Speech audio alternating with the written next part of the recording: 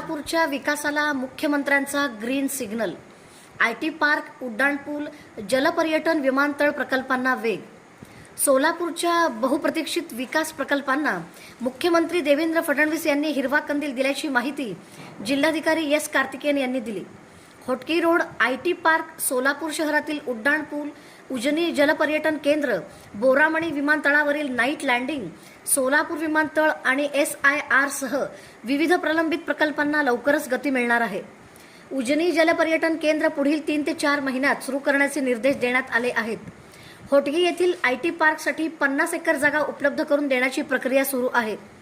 उड्डाणपुलांसाठी आवश्यक शासकीय जमीन विनामूल्य हस्तांतरित करण्यात येणार असून बाधितांना तातडीने नुकसान भरपाई देण्याचे आदेश आहेत।